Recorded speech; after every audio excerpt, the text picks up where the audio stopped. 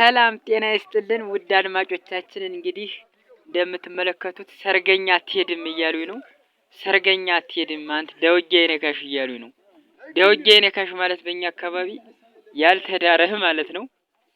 በጎጃም አካባቢ እንግዲህ በምስራቅ ጎጃም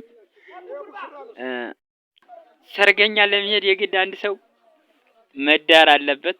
ሁለተኛ ጋቢ መልበስ አለበት። ይኸው ጋቢዋን እንኳን እንደምንም ተውሰንም ቢሆን ተበድረንም ቢሆን እንደምንም ይዘናት ነበር። ነገር ግን ይቺ የሰርግ ነገር ትንሽ ወገብ ትሰብራለች። ይኸው ስላልተዳርኩ አሁን እያንገራገሩኝ ነው አትሄድም እያሉ። የጎበዝ አለቃውም አንተ ስላልተዳርክ ሰርገኛ አትሄድም እያለኝ ነው። እንደምንም እንግዲህ እየለፈው ነው። እንግዲህ ይህ በእኛ አካባቢ ይሄንን ይመስላል። የጎበዝ አለቃው በጣም ወግ አጥባቂ ነው። በጣም ሲበዛ ወግ አጥባቂ ነው።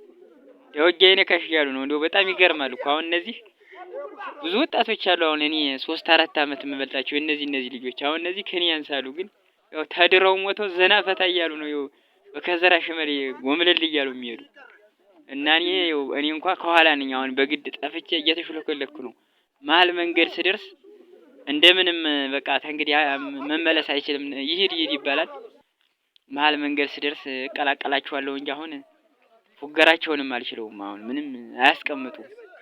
እኔ ብዙ አመት ይኸው እንግዲህ እድሜ ልካችንን እኮ በትምህርት ጨርሰን ይኸው ሳንዳር ቀርተን እናንተ ደውጃ ይነካሽ እያሉን እኮ ነው። እንግዲህ አይ ትምህርት እንደው ነበሩ ትምህርት ጥሩ ነው። ግን በአንድ ጎኑ ደግሞ ይኸው እንደው ላይፋችሁን ስለሚቀማችሁ ብዙ አመታችሁን ዩኒቨርሲቲ ምናምን አሳልፋችሁ ስትመለሱ ታናናሾቻችሁ አግብተው ምናምን ያው ደውጃ ይነካሽ እያሉ ሲፎግሯችሁ ትንሽ ይሰማል። ቢሆንም ችግር የለም ይደርሳል። የዛሬ አመት ቅርብ ነው ለነገሩ።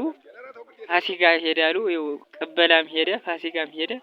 እንግዲህ በሚቀጥለው አመት ነው ማለት ነው። እንግዲህ ገና አመት አለ ማለት ነው። 300 ምናምን ቀን ይደርሳል። ለነገሩ ይደርሳል፣ ችግር የለውም። ስለዚህ ከርሞ ብድሬ ነው ወጣባችኋለሁ ማለት ነው። እንግዲህ ብድሬን ከርሞ እወጣባችኋለሁ። እንዳበሸቁኝማ አይቀሩም ደውጃ ይነካሽ እያሉ። ለማንኛውም ይመቻችሁ። በእናንተ አካባቢስ ምን ይመስላል የሚለውን ነገር በኮሜንት ልታሳውቁ ትችላላችሁ። ይመቻችሁ። ሰላማችሁ ይዛ። ቻናሉ አዲስ ትሆናችሁ ቻናሉን ሰብስክራይብ ያድርጉ። ይኸው አሁን እየተመለስን ነው።